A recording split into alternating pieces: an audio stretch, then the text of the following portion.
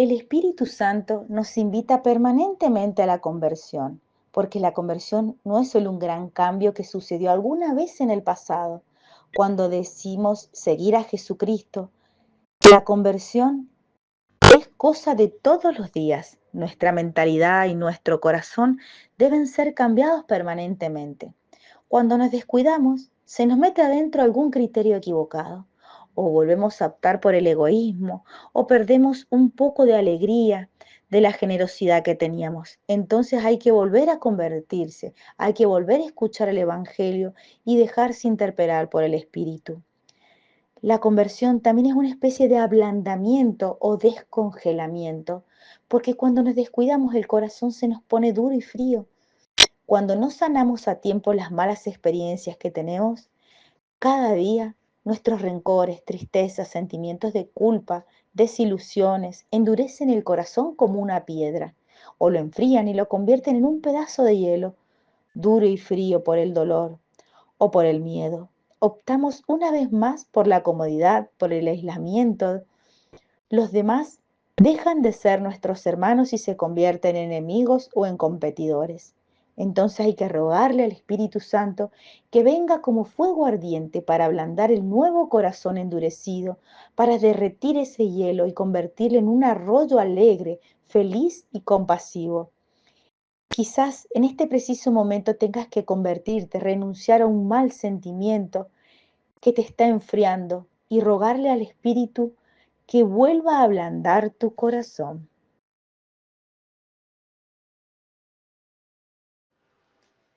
11º día. Lectura del libro de la imitación de Cristo, libro primero, capítulo 25, de la fervorosa enmienda de nuestra vida. Se hallaba uno lleno de congoja, luchando entre el temor y la esperanza, y un día cargado de tristeza entró en la iglesia y se postró delante del altar en oración, y meditando en su corazón varias cosas dijo: Oh, si supiese que había de perseverar. Y luego oyó en lo interior la divina respuesta: ¿qué harías si lo supieses? Haz ahora lo que entonces quisieras hacer y estarás seguro. Y en aquel punto, consolado y confortado, se ofreció la divina voluntad y cesó con gozosa turbación.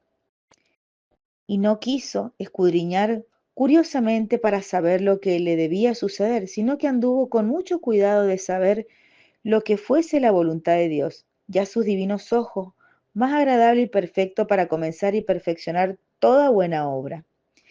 El profeta dice: espera en el Señor y haz bondad, y habita en la tierra, y serás apacentado en sus riquezas.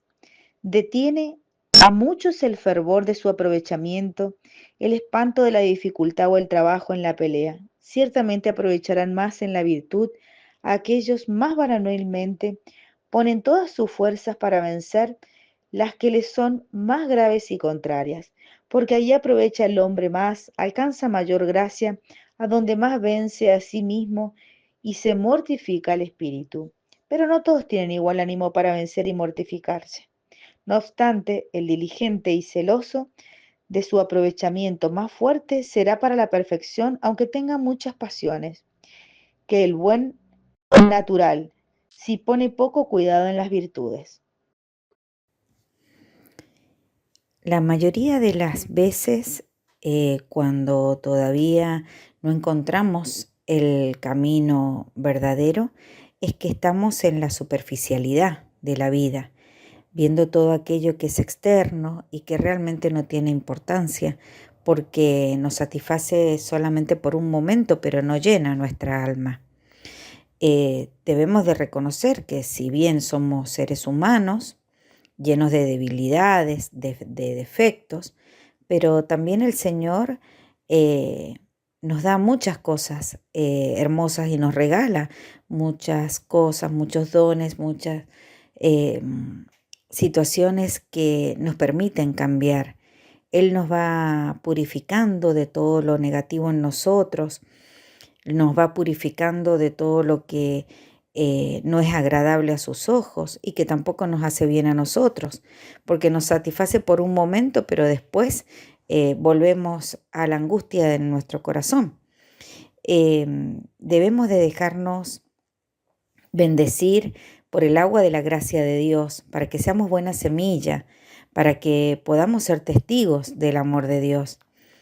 Él puede hacer que en nuestra vida todo cambie, si confiamos en Él, si no confiamos solamente en nuestras fuerzas o nuestras capacidades. Nosotros podemos aparentemente cambiar por fuera, pero si no cambiamos nuestro espíritu, si no cambiamos nuestro interior, si no hacemos un cambio profundo, nuestra vida no va a cambiar. No vamos a tener esa alegría que nada ni nadie nos puede quitar. Eso solamente se vive en Dios. Él pide y quiere que nosotros vivamos la vida con todas nuestras ganas, que nos entreguemos a todo lo que nos toca vivir, pero que nos entreguemos al día que estamos viviendo, que vivamos ese momento presente y que no pensemos en lo que va a pasar mañana, porque lo que pasa mañana está entregado en las manos de Dios y solamente Él sabe lo que va a ocurrir. Entonces, entreguemos toda nuestra fuerza, todas nuestras habilidades, todas nuestras capacidades a vivir cada día uno por uno, como si fuera el último.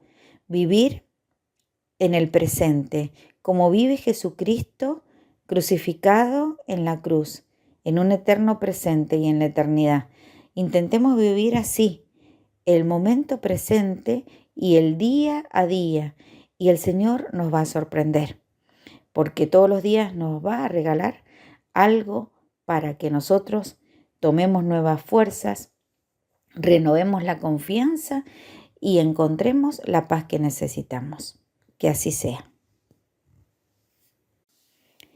Oraciones que se rezarán durante los 12 días preliminares.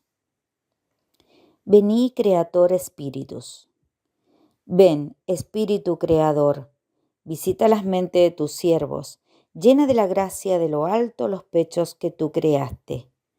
Tú, que eres llamado Paráclito, don de Dios Altísimo, fuente, viva, fuego, amor y unción espiritual. Tú, septiforme en el don, dedo de la paterna diestra. Tú, auténtica promesa del Padre, que enriqueces las lenguas con palabras. Enciende lumbre en los sentidos, infunde amor en los corazones, corroborando con vigor constante la fragilidad de nuestro cuerpo. Rechaza más y más lejos al enemigo, concede prontamente la paz, yendo así, tú delante como guía, evitemos todo mal. Haz que por ti conozcamos al Padre y conozcamos también al Hijo, y por ti, Espíritu de entrambos, creamos en todo tiempo.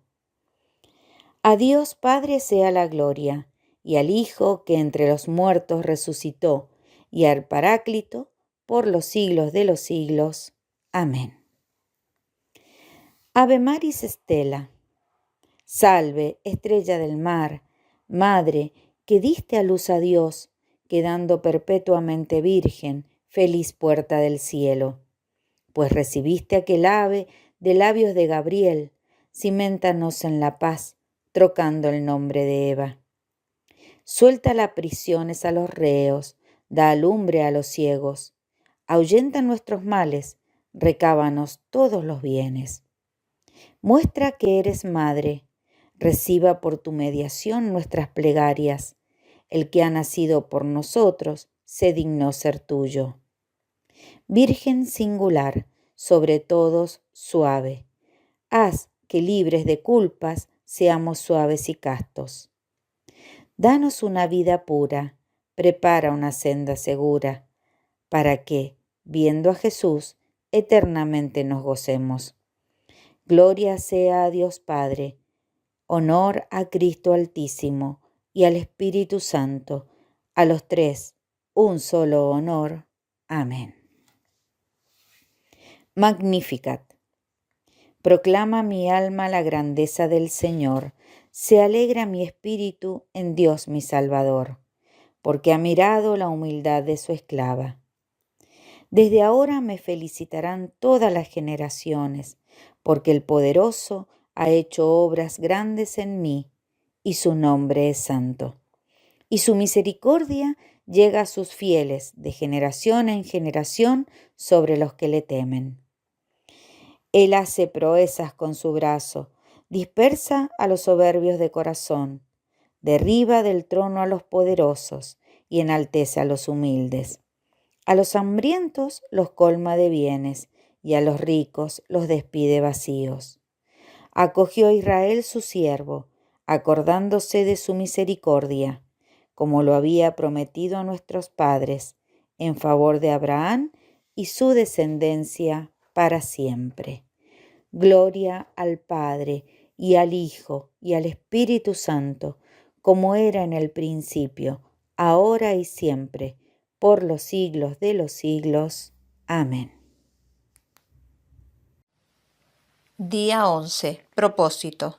Rezar una oración al Sagrado Corazón de Jesús. Por la falta de aceptación de la voluntad de Dios y no ver su amor en nuestras vidas.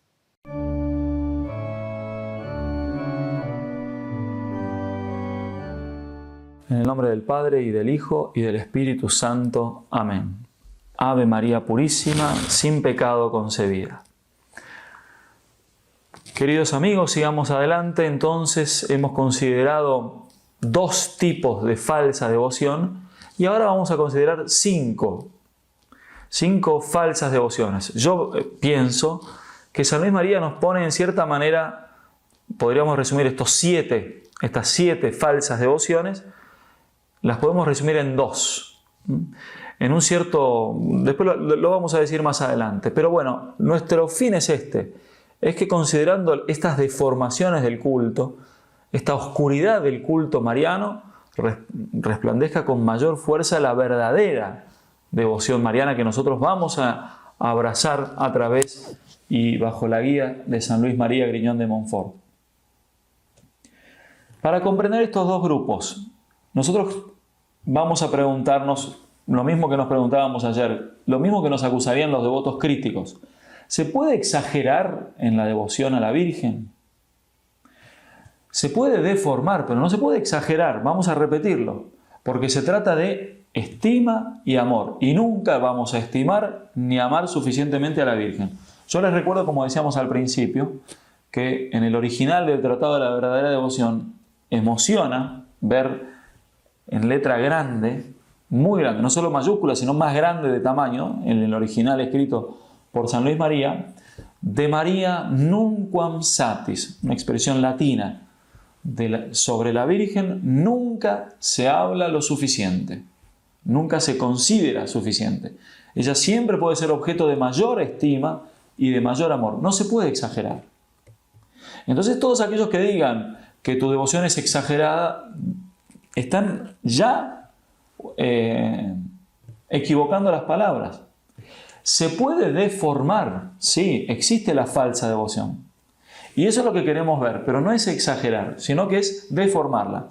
Por eso el segundo bloque va a estar caracterizado por acentuar cosas desproporcionadamente que deforman la devoción a la Virgen. Por ejemplo, aquellos que hacen considerar la devoción en colgarse rosarios, en tener 20 imágenes de la Virgen en su casa. Esto no está mal, si es acompañado por la práctica interior, porque es en el alma, es en la intención, es en la mente, en el corazón, donde la devoción realmente produce su fruto. Por eso se pueden tener también todos los rosarios que se quieran. Si eso me ayuda a la interior, que es en lo que verdaderamente va a consistir, ¿sí? Otro exceso, otra deformación de la Virgen, quizás el más peligroso, son los devotos presuntuosos, aquellos que piensan que ya van a salvar el alma por el solo hecho de que realizan ciertas prácticas devotas a la Virgen, sobre todo las exteriores, ¿no? Es decir, aquellos que justifican sus pecados diciendo yo al final no soy tan malo, porque yo rezo a la Virgen todos los días. Es verdad que vivo en pecado mortal, es verdad que a mí no me interesa superar tal defecto, pero yo le rezo a la Virgen, yo me voy a salvar. Los que utilizan la devoción para justificarse en sus propios pecados. Ellos son los devotos que más van a deformar, ¿no? San Luis María los va a llamar presuntuosos o también los va a llamar hipócritas. Están también los devotos interesados, son aquellos que solamente van a buscar conocerla, a practicar esta devoción solo por los bienes que le puede producir. Yo les recuerdo esto, se trata de una entrega a la Virgen, de nuestra persona. El padre Huppert se pregunta, si una persona hace una donación a otra, ¿quién es el beneficiario? El que recibe la donación, no el que dona. El que dona, en todo caso, entrega, sacrifica. En esta consagración, ¿quién es el beneficiario? Es la Virgen, porque la donación la hacemos nosotros a ella. Es ella la que va a recibir algo en esto. Después, posteriormente, ella, San Luis María va a decir que ella es más generosa que nosotros, también se va a donar a nosotros. Esta devoción interesada puede ser también un punto de partida. Por ejemplo, a mí me parece completamente lícito animar a una persona a consagrarse por los bienes que le va a traer a su alma, por el cielo que se nos promete, por esa paz interior también, por esa facilidad para ser santos, que son, evidentemente, pertenecen a la virtud de la esperanza, es decir, aquellos bienes sobrenaturales que esperamos recibir. Entonces, no son malos, son buenos, ¿sí? Entonces, en ese sentido no está mal, pero esta devoción consiste sobre todo en la caridad, ¿sí? No puede acentuarse en eso. Si alguien quiere vivir realmente bien esta consagración, debe acentuar ese aspecto de amor a la Virgen por el cual nosotros nos entregamos a ella, ¿sí? Entonces, lo otro puede quedar como parte de la virtud de la esperanza, pero si es fundado en el amor a la Virgen. Bien, pero de esta manera quedan delineados los dos grupos, si se quieren. ¿Cómo se puede deformar el culto a la Virgen? Se lo puede deformar, por un lado, creyendo que se exagera. Es el grupo que consideramos ayer. Por otro lado, es el grupo de los que utilizan a beneficio propio, utilizan a la Virgen para justificarse en sus pecados. Aquellos que son devotos de la Virgen, pero no intentan jamás superar algún vicio, superar algún defecto, adquirir alguna virtud, no buscan la perfección cristiana. Esta es la forma de usar mal de la devoción o poner todo el acento en lo exterior, es decir, si yo me siento bien, si yo estoy consolado, entonces soy devoto de la Virgen. Si yo estoy desolado, no me acuerdo más de la Virgen. Bueno, con este grupo de falsos devotos, sabemos que existen devociones verdaderas, varias. Nosotros vamos a hablar de una sola, que es la mejor de todas, que es la de San Luis María Griñón de Montfort, el cual la recibió, dice, y como dice él, inspirado por el Espíritu Santo, porque él no la leyó en ningún libro, sino que se la reveló el Espíritu Santo, y se la va a revelar el Espíritu Santo a aquellos que le sean dóciles. Por eso sigan pidiéndole esa luz al Espíritu Santo, sigan vaciándose del espíritu del mundo que impide la acción del Espíritu Santo en nosotros. Un abrazo a todos, que Dios los bendiga.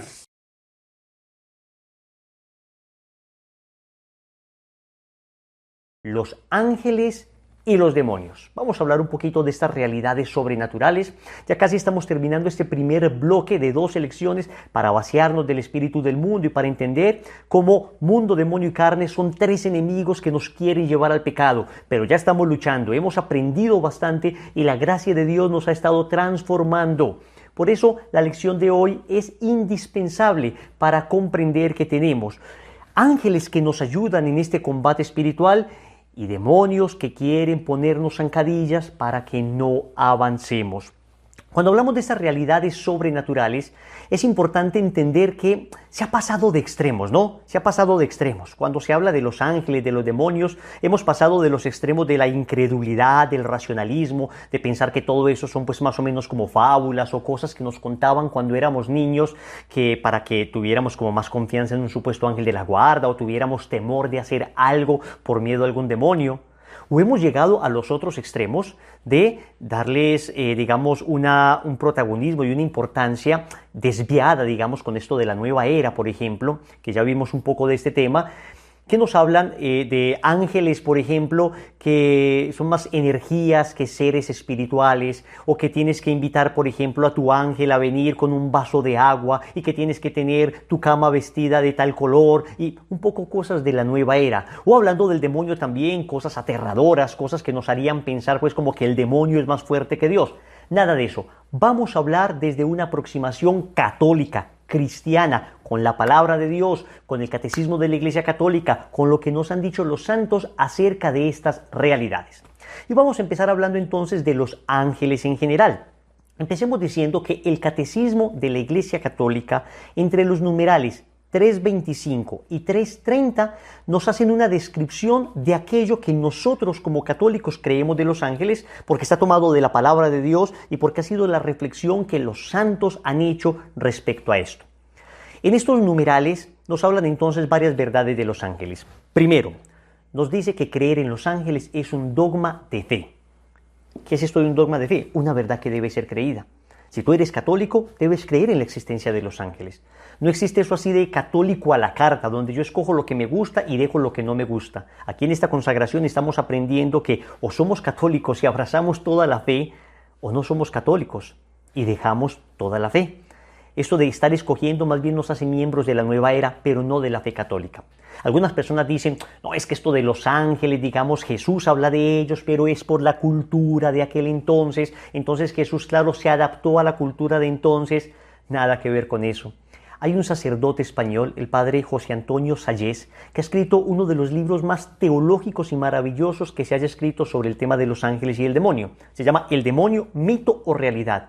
Y él ahí demuestra que el tema de la existencia de los ángeles no era propiamente una cuestión del ambiente cultural en cada uno de sus aspectos, digamos en cada una de sus sectas y en cada una de sus áreas. Porque había incluso en la época de Jesús una secta llamada los saduceos que no creían en la existencia de los ángeles. O sea que si el Señor Jesús hubiera efectivamente pensado que los ángeles no existían o viniera a enseñarnos que los ángeles no existían, nada raro hubiera sido que nos hubiera dicho no existen los ángeles, porque en su época había personas que pensaban esto. Entonces no es que fuera una cultura de la época o una especie como de condescendencia que tuvo Jesús con la gente de la época que creía estas cosas de los ángeles. No, señores, Jesús habló con toda claridad de la existencia de ángeles y de la existencia de demonios. Esto del padre Sayés es buenísimo para los que quieran estudiar más a profundidad desde argumentos mucho más teológicos. Entonces es un dogma de fe, creemos en la existencia de los ángeles. Segundo, para nosotros los ángeles son seres espirituales, no son energías. No son algo etéreo, no son un vientico que siento. No, se pueden manifestar ellos de muchas maneras distintas, pero son seres espirituales. Esto significa que tienen entendimiento y tienen voluntad. Significa que comprenden cosas y actúan. Significa que comprenden el bien y aman. Los ángeles buenos y los ángeles malos significa que se han confirmado ya en la desgracia de haber rechazado para siempre a Dios con su entendimiento y su voluntad. Son seres personales. Esto significa personal, que tiene entendimiento y voluntad, con los que se puede entablar una relación. No son espíritus, digamos, energías que son tan etéreas que pues nadie puede finalmente tener un contacto con una energía. No, son seres personales. También tenemos que decir con Santo Tomás de Aquino que los ángeles entienden de manera intuitiva la realidad. Ellos no son omniscientes, no lo conocen todo, solo Dios es omnisciente. Omnisciente significa que lo conoce todo, pero los ángeles entienden de manera intuitiva, mientras los seres humanos entendemos de una manera más discursiva. A ver, uno para comprender la verdad de algo, uno tiene que ir entendiendo progresivamente, digamos una mesa, entonces yo veo el material del que está hecho, yo veo el color que tiene, yo entiendo que las patas sostienen y le dan estabilidad, comienzo a comprender para qué sirve una mesa, puedo ver que se puede apoyar cosas en ella, ven, discursivamente voy entendiendo la verdad de las cosas. Los ángeles, dice Santo Tomás de Aquino, entienden intuitivamente, comprenden las cosas inmediatamente, sin descomponerla en partes y sin una progresión de entendimiento. Esto significa que ellos entienden la realidad de manera mucho más profunda que nosotros. El catecismo de hecho nos dice que ellos son seres mucho más perfectos a todas las criaturas visibles, ¿no? Mucho más perfectos que cualquier otra criatura visible.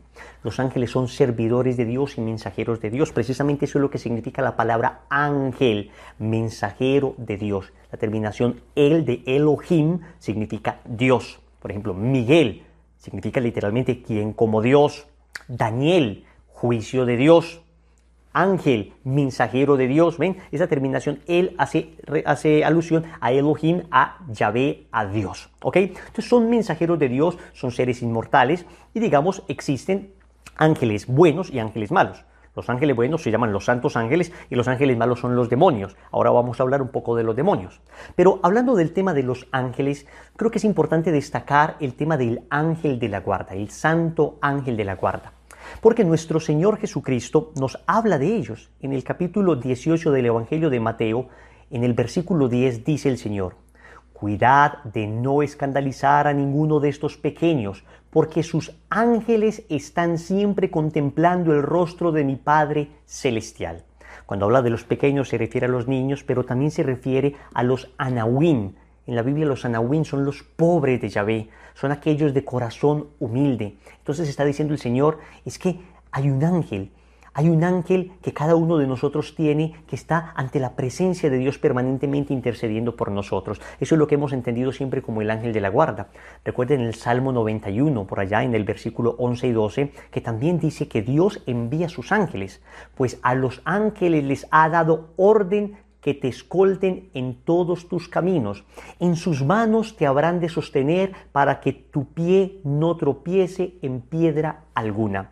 ¿Ven? Entonces hay una constante de una compañía de los ángeles, que no solamente son ángeles que vienen a transmitirnos un mensaje de Dios, que están ante el trono de Dios, sino que Dios ha querido que haya ángeles que nos acompañen en este camino hacia el bien. Yo les cuento como experiencia personal, tal vez he tenido dos fuertes experiencias con mi ángel de la guarda que yo atribuyo a la intercesión y a la protección de mi ángel de la guarda. Uno cuando tenía 3, 4 añitos, yo recuerdo, tenía más o menos 4 añitos y recuerdo lúcidamente que estaba en el jardín afuera de mi casa jugando ahí en este jardincito, y yo recuerdo que la gente empezó a gritar. Y cuando empezó a gritar la gente, miraban hacia algún lugar. Mi casa quedaba en una loma, decimos nosotros, es una pendiente. Entonces venía un carro que había perdido los frenos. Yo recuerdo que el carro se dirigía directamente a mí. Yo me acuerdo de estar jugando allí en este pequeño jardín. Y lo único que yo recuerdo es que yo cerré los ojos, escuché un ruido muy fuerte y cuando los abrí, yo estaba ya en la acera. Ya no estaba en el jardincito, sino en la acera, y donde yo estaba jugando estaba el carro girado al revés. El carro girado al revés. Yo, años después, meditando, porque esto siempre me impactó mucho, a pesar de la corta edad que tenía, tengo una imagen clarísima de lo que sucedió. Y claro, con el tiempo, después cuando estudié lo del ángel de la guarda, dije, tuvo que haber sido mi ángel de la guarda que me salvó. Mi papá salió muy asustado a abrazarme en ese momento, porque pude haber muerto. También tuve un acontecimiento de un accidente en una motocicleta. Una señora iba en una camioneta y no se dio cuenta que había un stop, que había un pare. Yo venía en la motocicleta, iba precisamente para una Eucaristía a ser padrino de bodas de unas personas que habían acabado de ir al retiro espiritual, vivían en unión libre, se iban a casar y me invitaron a ser padrino de bodas. Entonces la señora no se dio cuenta que yo venía en la moto y me golpeó. Salí 15 metros arrastrándome por el suelo. Eso es lo que dice el croquis del tránsito, de la policía de tránsito. 15 metros arrastrado por el suelo. Cuando yo me levanto, claro, inmediatamente por la adrenalina, yo me empiezo a revisar todo, que tuviera todos los dedos, que estuviera como completo, porque en medio del calor de la adrenalina uno puede que ni se dé cuenta, pierde una mano y no se da cuenta. El caso es que me reviso y estaba intacto. Mi moto, pérdida total. El calapié trasero de la moto estaba tan deshecho que la astilla más grande casi que no era capaz de tomarla en un par de dedos. Una milésima de segundo antes y me destroza mi pie izquierdo. El caso es que unas personas estaban viendo allí, se me empezaron a acercar, me dijeron qué le pasó y una persona me dijo, yo vi como que algo te sostuvo en el aire y te depositó en el suelo. Yo no tenía un solo rasguño. Claro, en broma yo después digo, lo único que me pasó es que el pantalón que tenía se me rompió un poquitín en la parte de atrás, entonces yo en broma digo que cuando el ángel de la guarda me descargó, se le enredó una uña y me rompió el pantalón. Lo digo pues en broma, pero creo que de verdad hubo un milagro allí. Creo que de verdad el Santo Ángel de la Guarda me ha acompañado y le tengo una enorme devoción y permanentemente le invoco, porque creo fielmente que el Ángel de la Guarda me protege. Ahora, me protege físicamente, pero ¿cuánto me protegerá espiritualmente? ¿Cuántas enseñanzas, cuántos susurros, cuántas intuiciones, cuántas mociones internas me pondrá permanentemente para moverme al bien, para ayudarme a vencer tentaciones? Solo en el cielo lo sabremos. Lo que te pido y a lo que te invito es que seas profundamente devoto de tu Ángel de la Guarda. Pero ahora tenemos que hablar de otra realidad. No solo tenemos ángeles que nos ayudan, también tenemos ángeles que están poniéndonos zancadillas permanentemente. Y aquí hablamos de los demonios. El Papa San Pablo VI hace una de las más bellas catequesis sobre el tema del demonio, explicando una cantidad de aspectos que se venían olvidando en la predicación católica, porque no hablemos del demonio, que esto da miedo y que eso es una cuestión antigua y la gente se asusta. ¿Cómo no vamos a hablar de nuestro enemigo?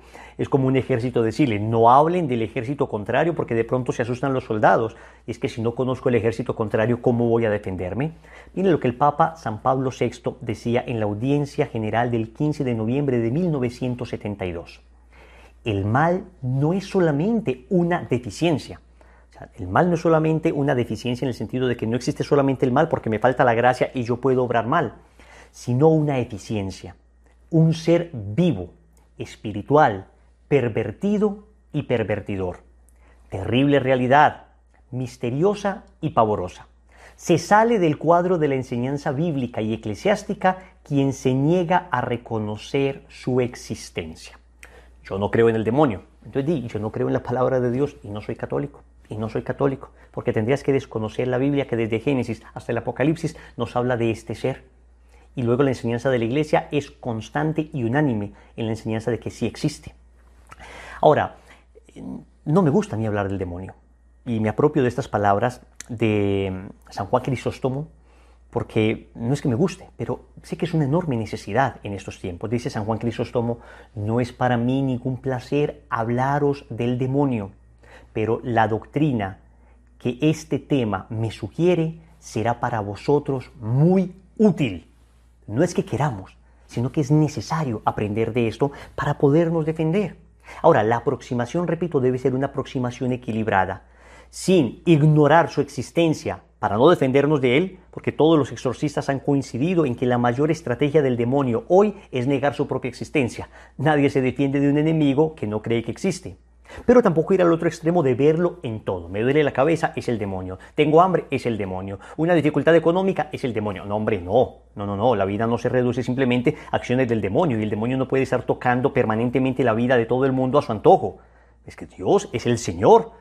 Y el Señor no va a permitir que permanentemente el demonio te esté asusando y tocando. Además, eres bautizado, perteneces a Cristo. Miren lo que dice San Juan Pablo II, en una audiencia también del 13 de agosto de 1986. Es preciso aclarar la recta fe de la Iglesia frente a aquellos que la alteran, exagerando la importancia del diablo o de quienes niegan o minimizan su poder maligno. Entonces, equilibrio. Y para equilibrio, entonces tenemos la palabra de Dios y tenemos la enseñanza del catecismo de la Iglesia Católica. Entonces empecemos diciendo, el demonio existe. Y esto aparece en la Sagrada Escritura, desde el Génesis hasta el Apocalipsis, en la tradición de la Iglesia. No ha habido un santo y un padre de la Iglesia que no haya creído y no haya hablado de la acción del enemigo. En el magisterio de la Iglesia, que es el que tiene la capacidad y la autoridad para interpretar auténticamente la palabra de Dios, y ya vimos que en el Catecismo de la Iglesia Católica, entre los numerales 325 y 340 325 y 330 vimos cómo el catecismo hace una larga exposición de los ángeles y de ahí en adelante hará una exposición del tema de los demonios. Pero también la experiencia lo confirma. Tenemos hoy la experiencia de santos exorcistas que confirman esto.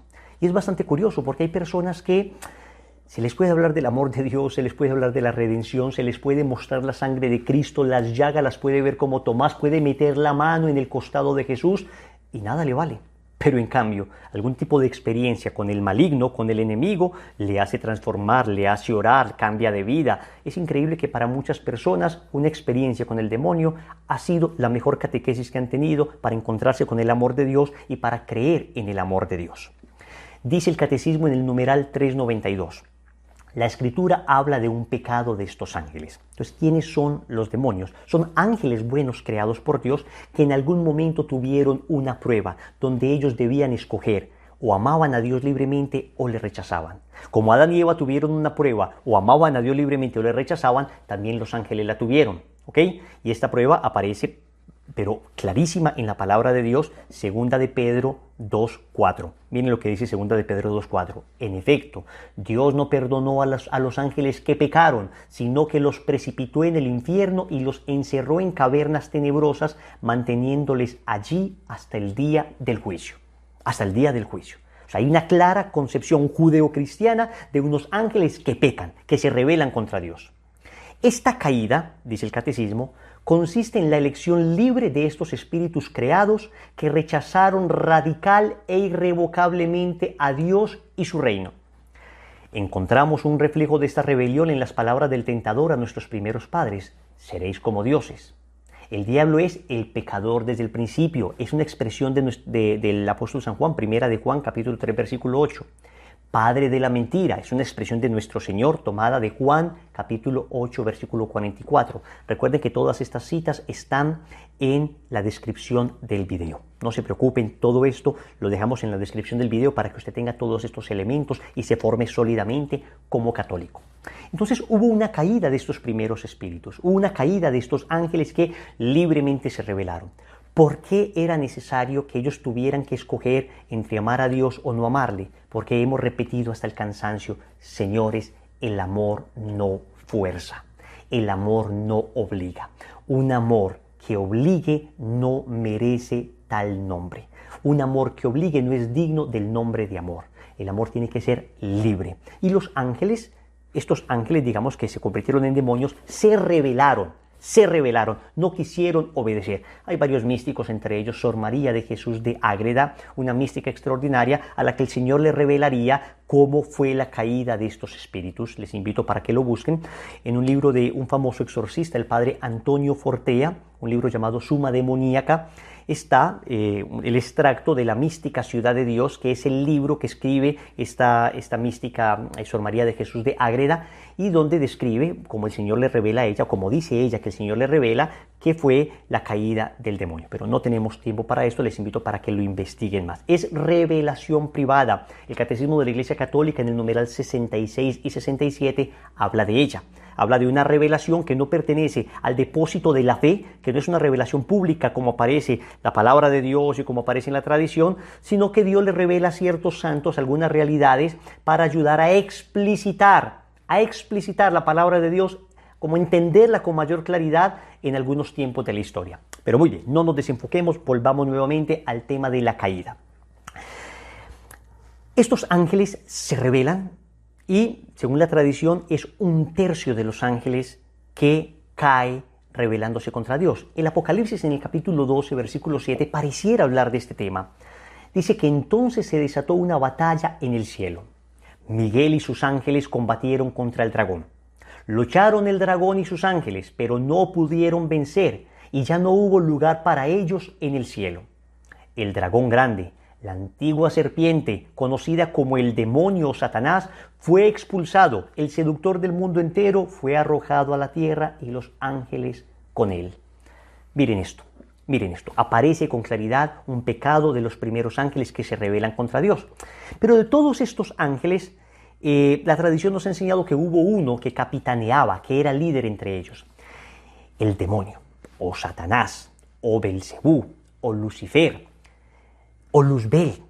En esto hay diferentes tradiciones. Algunos dicen que todos son el mismo, otros dicen definitivamente son ángeles distintos. En fin, no nos vamos a detener en esto. Pensemos que hay un ángel capitán de todo este ejército de ángeles que se rebelaron. El Catecismo, en el numeral 391, nos dice: la Escritura y la tradición de la Iglesia ven en este ser un ángel caído llamado Satán o Diablo. La Iglesia enseña que primero fue un ángel bueno creado por Dios. El diablo y los otros demonios fueron creados por Dios con una naturaleza buena, pero ellos se hicieron a sí mismos malos. Esto es importante. Dios no creó demonios, Dios creó ángeles. Los demonios se crearon a ellos mismos. Así como Dios no creó el sufrimiento, Dios creó la felicidad. El sufrimiento lo inventamos nosotros. Así como Dios no creó el mal, Dios creó el bien. El mal no lo inventamos nosotros cuando decidimos rechazar el bien. El mal lo entendemos los católicos no como una existencia aparte del bien. Eso es un dualismo. Que existe el bien y existe el mal. No, para nosotros existe el bien y hay manera de dañar ese bien. Y cuando hay una ausencia de bien, entonces se entiende que existe el mal. A ver, les pongo un ejemplo sencillo. Piensen en un cuadro. El cuadro está precioso, está perfecto, pero yo le hago un hueco, un orificio a ese cuadro, ¿ok? A ver, ¿existe un orificio? Muéstrame un orificio en este momento. A ver, un orificio existe solamente en una realidad. El orificio existe en la realidad del cuadro. Pero fuera de la realidad del cuadro, ¿dónde está el orificio? Lo mismo pasa con el mal. El mal existe dañando el bien. Es una ausencia de bien. No es una creación propiamente. Es el negarnos a hacer el bien. Esto es importante porque si no tendríamos que decir que si el mal existe como una creación, entonces Dios la tuvo que haber creado. Nada existe que no sea creado por Dios.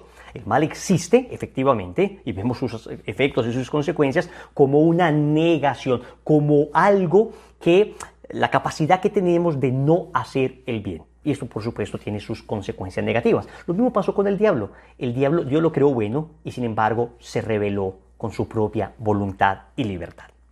Ahora bien, ¿cuáles son las acciones del enemigo contra el hombre, fundamentalmente? Debemos decir que hay dos acciones. Una acción ordinaria y una acción extraordinaria.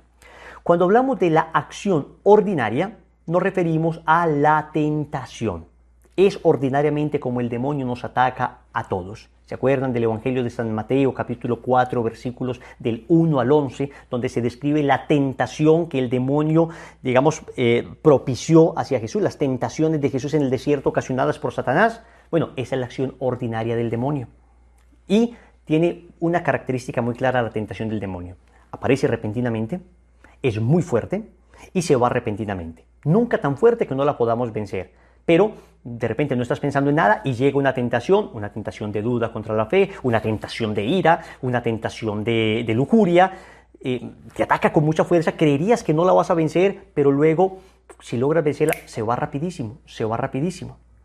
Todos hemos tenido tentaciones, sea del mundo, sea del demonio o sea de la carne. Recuerden cuando vimos el tema de las tentaciones, que tanto mundo, demonio como carne pueden tentarnos. Pero la acción ordinaria de Satanás consiste en tentar al hombre. Pero luego existe una acción extraordinaria. Y para eso nos vamos a basar en un libro que le recomiendo a todos los que quieran profundizar en este tema, de tal vez el más grande exorcista que hemos tenido en los últimos años. El padre Gabriel Amorth. Yo tuve el regalo de Dios de conocerlo personalmente, de entrevistarme con él. Estuve con el fundador del movimiento al que pertenezco, Lazos de Amor Mariano. Estuve con Rodrigo. Estuvimos 3 horas hablando con él, preguntándole cosas. Él nos hizo oración. Un santo hombre. Más que el conocimiento que tenía, que ya lo había leído en sus libros, me impresionó su santidad de vida, su bondad, su mansedumbre, su paciencia. Llegamos un poquito tarde porque hubo una confusión con el sacerdote que nos hizo el contacto y nos atendió con una generosidad, con un cariño, con un amor. Me impactó su vida de virtud y creo que es un hombre que puede estar en proceso de beatificación pronto. Murió en olor de santidad, a mi humilde modo de ver. Escribe un libro que se llama Narraciones de un exorcista o Habla un exorcista, depende la editorial que lo publique. Y en este libro habla un exorcista entre las páginas 19 y 21 de la edición que yo tengo, que es una edición de la editorial Palabra. Dice el padre Gabriel Amorth que el enemigo puede influir sobre las personas de 6 maneras distintas, digamos en un influjo extraordinario. Hablamos entonces de 6 maneras. Dice, primero, sufrimientos físicos. ¿Puede haber sufrimientos físicos de carácter demoníaco? Sí, lo vimos en el caso de Job, por ejemplo. Job recibió unas llagas producto de una acción demoníaca directa. ¿Todos los sufrimientos físicos son del demonio? De ninguna manera. Muchos sufrimientos físicos, la inmensa mayoría, son producto de enfermedades naturales. Pero el demonio y todos los demonólogos y todos los exorcistas coinciden en decir que el demonio puede efectivamente dañar a una persona.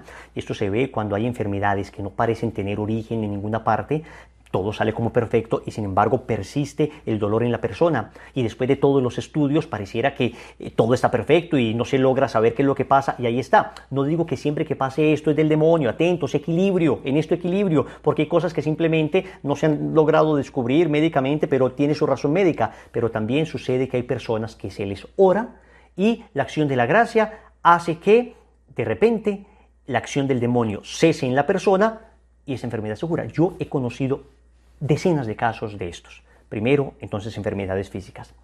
Segundo, posesión diabólica. Cuando hablamos de la posesión nos referimos al caso más grave de acción extraordinaria del demonio sobre una persona.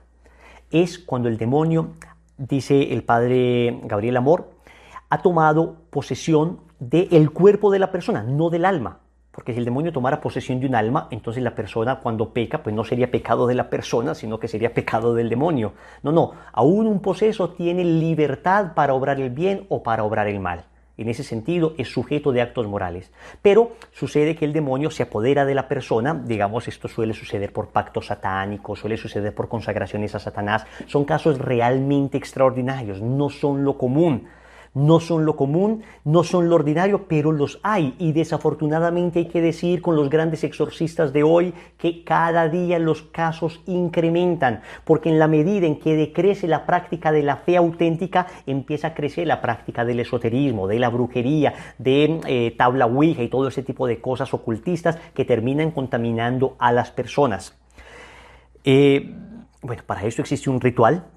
Hay un sacerdote delegado por el obispo es el que puede exorcizar a una persona, y luego puede delegar también la potestad de exorcizar a una persona a un sacerdote, el exorcista de la diócesis. Toda diócesis debería tener un exorcista para tratar estos casos, que con el ritual de exorcismo hace una oración para que el demonio cese la influencia, la posesión sobre la persona.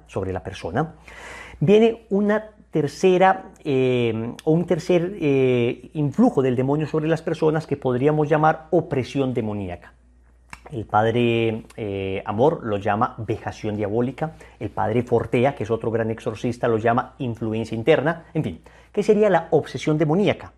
Son trastornos y enfermedades desde muy graves a poco graves, pero que no llegan a la posesión, aunque sí se hace perder en ocasiones el conocimiento. Hace cometer a las personas acciones y pronunciar palabras de las que no es responsable. Entonces, son personas que de repente entran en un trance, no son posesas propiamente, pero pueden perder el conocimiento de repente en medio del trance que tienen. Cuando se les hace el exorcismo, digamos, pueden ser conscientes de lo que está sucediendo en ese momento. Se han podido contaminar por algún tipo de práctica, normalmente prácticas esotéricas, visitar brujas y cosas de ese tipo de cosas pueden acarrear ese tipo de contaminación. Son personas que han tenido dolores o unas ruinas, por ejemplo, económicas en sus vidas absolutamente inexplicables, porque el enemigo puede afectar distintos aspectos, distintas áreas de la persona. Pero aquí repito, cuidado, no vamos a caer en fanatismos, no vamos a pensar que entonces ya se me cayó un negocio, eso es que el demonio está oprimiéndome. No, puede que tengas mala cabeza sencillamente, o puede que simplemente te pasó lo que le puede pasar a cualquiera, un mal negocio. Nos referimos a cosas que son absolutamente consistentes, permanentes en el tiempo, que no tienen explicación lógica, que a pesar de todos los esfuerzos es que pareciera que estas familias nunca salen adelante. Ahí entonces hay que empezar a sospechar que puede haber algún tipo de opresión demoníaca. Se va donde un sacerdote exorcista que haga una oración y se le pide al Señor. ¿Cómo sé si esto es cierto? Pues hombre, en ocasiones este tipo de opresiones tienen manifestaciones en la persona. En ocasiones no pasa absolutamente nada. Simplemente la persona dice, siento como que se despeja algo dentro de mí y todo comienza a marchar bien. Por eso es importante aquí acudir a las personas autorizadas. En esto la Iglesia es muy clara, porque existen multitud de movimientos, multitud de grupos que ofrecen servicios de liberación, y aunque es cierto que puede haber, digamos, ministerios de liberación que apoyen a los sacerdotes exorcistas, tiene siempre que tener estos ministerios de liberación comunión con la Iglesia. Fuera de la comunión de la Iglesia, entonces nos ponemos en terreno peligroso. Es que pasan una cantidad de exabruptos y por eso la Iglesia es tan prudente al respecto. Entonces hablamos de una tercera acción extraordinaria del enemigo sobre las personas. Viene una cuarta que se llamaría la obsesión diabólica. Se trata de acometidas repentinas, a veces continuas, de pensamientos obsesivos, incluso en ocasiones racionalmente absurdos, pero tales que la víctima no está en condiciones de liberarse de ellos, por lo que la persona afectada vive un continuo estado de postración, desesperación, cosas como deseos de suicidio. Este tipo de cosas pueden tener una raíz patológica desde la psicología o puede tener una raíz espiritual. Aquí está lo complicado en el discernimiento.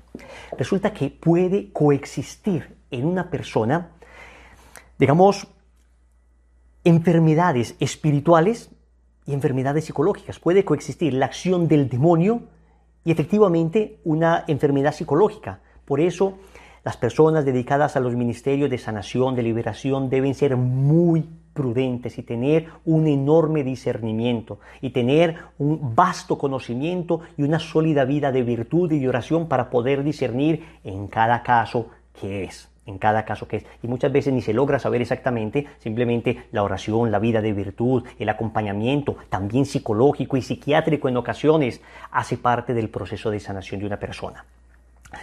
Finalmente aparecen las infestaciones diabólicas, que serían la acción del demonio ya no en personas, sino en casas, objetos, animales, por ejemplo, como aparece en la palabra de Dios, que el Señor envía los demonios a una piara de cerdos. Y por último, se habla de una sujeción diabólica, llamada también dependencia diabólica, que se incurre en este mal cuando nos sometemos deliberadamente a la servidumbre del demonio. Sería más o menos un agravante o una situación crítica de lo que se llama posesión. ¿Cómo hacer entonces para combatir contra el demonio? ¿Cómo hacer para combatir contra el demonio? El apóstol San Pablo nos dice en la carta a los Efesios, capítulo 6, versículo 12, lo siguiente: revestíos de la coraza de Dios para poder hacer frente a las acechanzas del diablo. Que nuestra lucha no es solo contra sangre y carne, sino contra los principados y las potestades, contra los dominadores de este mundo tenebroso, contra los espíritus malignos de los aires. Nos advierte San Pablo que tenemos un combate espiritual contra espíritus. Un combate espiritual que supera la realidad temporal, la realidad biológica, la realidad material, que hay un combate espiritual. Y miren lo que dice el apóstol San Pedro. Primera de Pedro 5:8. Sed sobrios y vigilantes, porque vuestro enemigo el diablo anda girando como león rugiente alrededor de vosotros, buscando a quien devorar. ¿Ven? Esto es un combate, aparece claramente en las Sagradas Escrituras. Entonces, ¿cómo defendernos de la acción del enemigo? Lo primero, lo primerísimo, estado de gracia. Vivir en estado de gracia, es decir, vivir confesado. El enemigo poco puede en una persona que habitualmente está en gracia de Dios, que vive confesado, que no está abriéndole puertas a través del pecado. Y lo peor que puede hacer el demonio no es, escúchame bien, poseer una persona. Porque una persona posesa podría ser muy santa, vivir santamente, morirse e irse al cielo. Punto. Lo peor que le puede pasar a una persona es caer en pecado, aunque no tenga ningún tipo de influjo extraordinario del demonio. Porque en cambio esa persona en pecado podría morirse y si es que no se arrepiente, a pesar de la insistencia amorosa de Dios, podría perderse eternamente. Entonces, ¿qué miedo de la posesión? No, qué miedo del pecado. Qué miedo del pecado. De eso sí, huyamos del pecado. Pero de todo lo otro, mi Dios es absolutamente poderoso y puede hacer lo que sea. Pero en cambio, cuando uno peca, viene el tema de la libertad y Dios no puede obligar a una persona a salvarse. No lo puede obligar, no lo puede obligar. Le propone, pero no le impone. Entonces lo primero es estado de gracia. Y esto va muy de la mano con una sólida vida sacramental, confesión frecuente, Eucaristía frecuente. La misa dominical no puede faltar por nada del mundo, pero es que si uno tiene el hábito de la misa diaria, mucho mejor, muchísimo mejor. El amor a los sacramentos es clave porque los sacramentos son el medio ordinario a través del cual Dios nos comunica la gracia. Pero también para protegernos de la acción del enemigo viene la oración y la mortificación.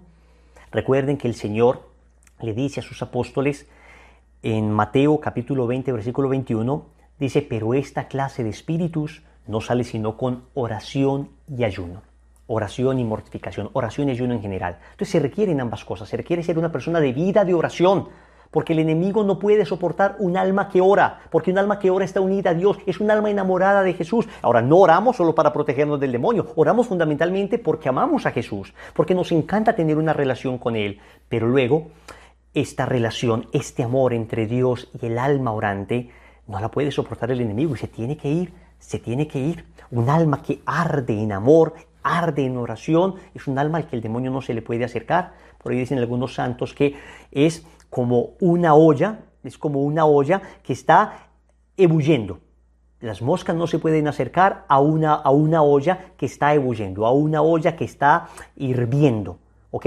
Las moscas se tienen que ir. Lo mismo, los demonios no se acercan cuando encuentran un alma ardorosa y enamorada de Dios. Y si a esto se le suma la mortificación, mejor, porque muchas veces, desafortunadamente, somos buenos orantes, pero poco mortificados, y es necesario tener una vida de mortificación. Esto fortalece la voluntad, esto fortalece la vida espiritual. Bien, tercero, la lectura de la palabra de Dios. ¿Recuerdan cómo el Señor rechazó la acción del demonio en las tentaciones del desierto? Con la palabra de Dios, en el Evangelio de Mateo capítulo 4 versículo 10, el Señor le dice a Satanás: apártate, Satanás, porque está escrito, al Señor tu Dios adorarás y solo a Él darás culto. Cuando le dijo el demonio: póstrate y adórame y te daré todo, apártate, Satanás. La palabra de Dios, la lectura permanente de la palabra de Dios, la lectura orante de la palabra de Dios, la lección divina todos los días, hace que el demonio no pueda soportar, porque eres una persona habituada a escuchar la voz de Dios, y cuando el demonio te habla, sabes que es el demonio, porque estás tan acostumbrado a escuchar a Dios que inmediatamente entiendes que esa voz que te susurra esto y aquello no puede ser la voz de Dios, sino la voz de Satanás. Entonces, la lectura permanente de la palabra de Dios, indispensable, pero también los sacramentales. La Iglesia nos ha regalado el don de los sacramentales. Entre ellos, el agua bendita es fantástica, es maravilloso. Tenemos el regalo de la bendición de Dios a una realidad que se llama agua, que recuerda permanentemente a Satanás que somos bautizados. Por eso el demonio no puede con el agua bendita, porque cuando el demonio ve agua bendita, recuerda que esa persona que se está bendiciendo con el agua bendita, o que está recibiendo el agua bendita que se asperja sobre él, es una persona bautizada, no le pertenece, lo perdió de sus garras el día en que esa persona se bautizó. Santa Teresa de Ávila, en el libro de la vida, es una biografía que tiene ella, en el capítulo 31 habla del agua bendita y dice: tras muchas ocasiones tengo la experiencia de que no hay nada como el agua bendita para hacer huir a los demonios y evitar que regresen. De la cruz también huyen, mas vuelven. Debe ser grande la virtud del agua bendita.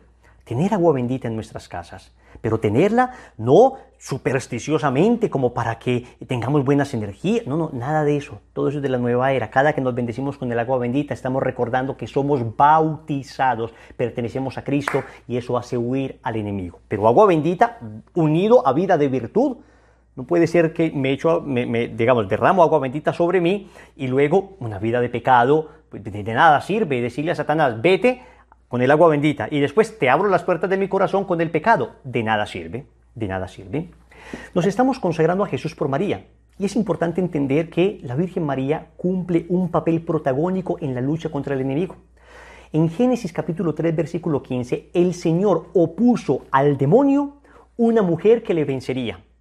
Le dice el Señor a la serpiente: pondré enemistad entre ti y la mujer, entre tu linaje y el suyo. Ella te aplastará la cabeza mientras tú tratarás de herir su talón. Pues resulta que esta bienaventurada mujer tiene una potestad sobre el demonio tremenda para aplastarle la cabeza. Por eso, si ustedes se dan cuenta, la medallita que yo cargo es la medallita de la Milagrosa. Y en la medallita de la Milagrosa aparece la Virgen Santísima aplastando la cabeza de la serpiente, cumpliendo la profecía de Génesis 3:15. Así vio a la Virgen Santa Catalina de Lauré. Y San Luis de Montfort, en el Tratado de la Verdadera Devoción, dice: lo que Lucifer perdió por su orgullo, lo ganó María con su humildad. Esto está tomado de los numerales 52 a los numerales 54. La humilde María triunfará siempre sobre aquel orgulloso, sobre Satanás, y con victoria tan completa que llegará a aplastarle la cabeza, como dice Génesis 3:15. María descubrirá siempre su malicia de serpiente, manifestará sus tramas infernales, desvanecerá sus planes diabólicos y defenderá hasta el fin a sus servidores de aquellas garras mortíferas. ¿Quién como Dios? Nadie como Dios. Y después de Dios, nadie como María. Satanás no puede soportar que una mujer le venza. Pues efectivamente, una mujer le vence, le aplasta la cabeza, por eso no puede soportar a María. Por eso no podemos tener miedo al demonio, temer al pecado, temer alejarnos de Dios, pero al demonio no.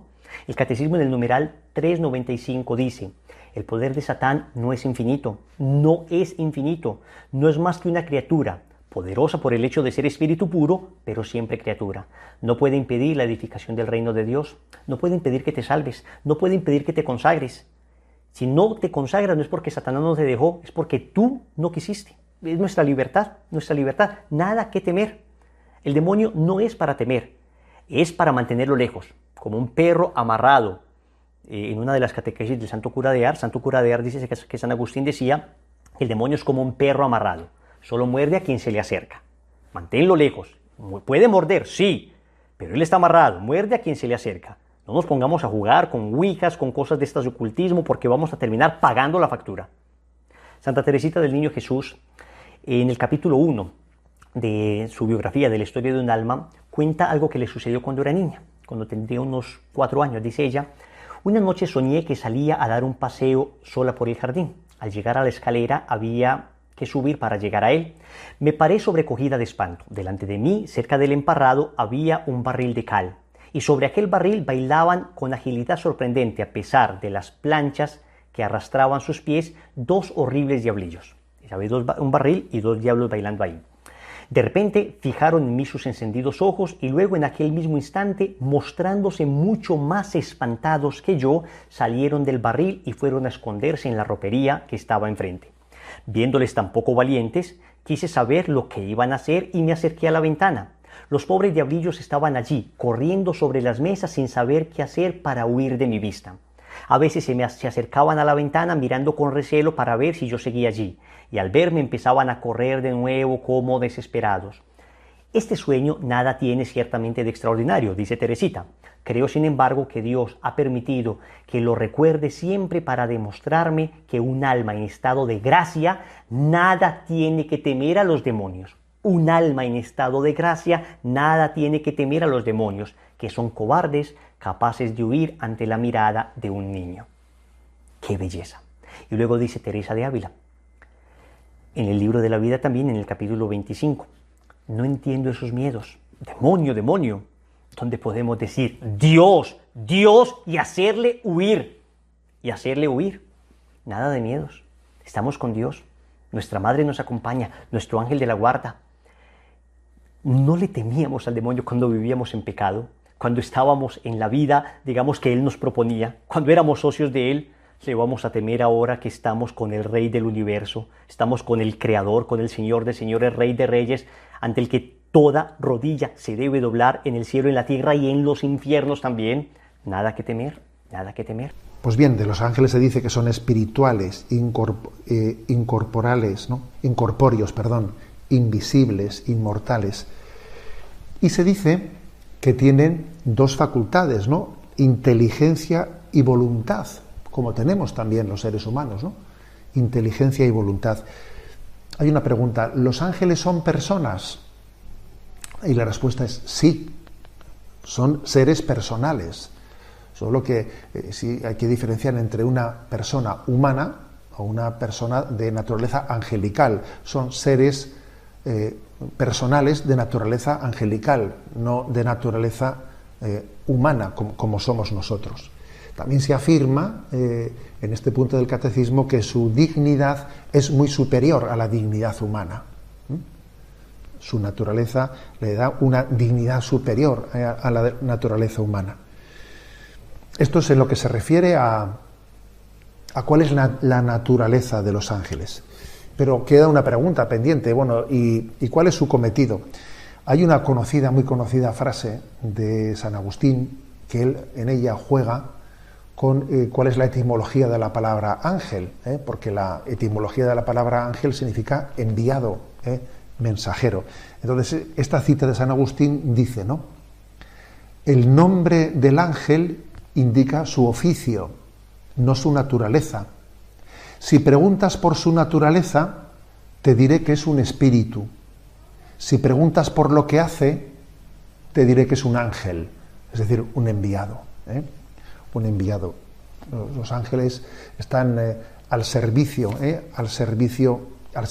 Dios, de sus designios. Dios tiene designios de salvación y ha incorporado a todos los ángeles, ¿no?, como portadores, como portavoces de ese designio suyo. Dice también otro detalle importante, que dice que están en la presencia de Dios, están cara a cara, están presentes ante Dios. Están, digamos, en lo que para nosotros era el don de la visión beatífica, porque el hombre también, después de esta vida, espera poder ver a Dios cara a cara. Si os acordáis, en el Antiguo Testamento hay pasajes en los que se dice, el hombre no puede ver a Dios. Si el hombre viese el rostro de Dios, moriría. No tiene aquí la capacidad de verlo, ¿no? Hemos podido ver el rostro de Dios encarnado en Jesucristo. Pero nosotros tenemos que esperar a la siguiente vida, a la vida eterna, para participar de la visión beatífica de Dios, como tienen los ángeles, ¿no? Acordaros de que hay un pasaje en el Evangelio, en esa diatriba en la que le dicen al Señor, pues una mujer tuvo 7 maridos y fueron muriendo uno por uno todos los maridos, ¿no? Y después en la vida eterna, ¿de cuál de ellos será esposa si tuvo 7 maridos? Y la respuesta de Jesús es, mirad, en la otra vida no seremos marido o mujer, sino seréis como ángeles, dice eso, seréis como ángeles en la visión de Dios. Es decir, que ese ver a Dios de los ángeles está adelantando la que es nuestra vocación. Estamos vocacionados a contemplar a Dios. Y en ese sentido, digamos, los ángeles están también iluminando cuál es la vocación del hombre. Los hombres estamos llamados a servir a Dios, a ser servidores del proyecto de Dios.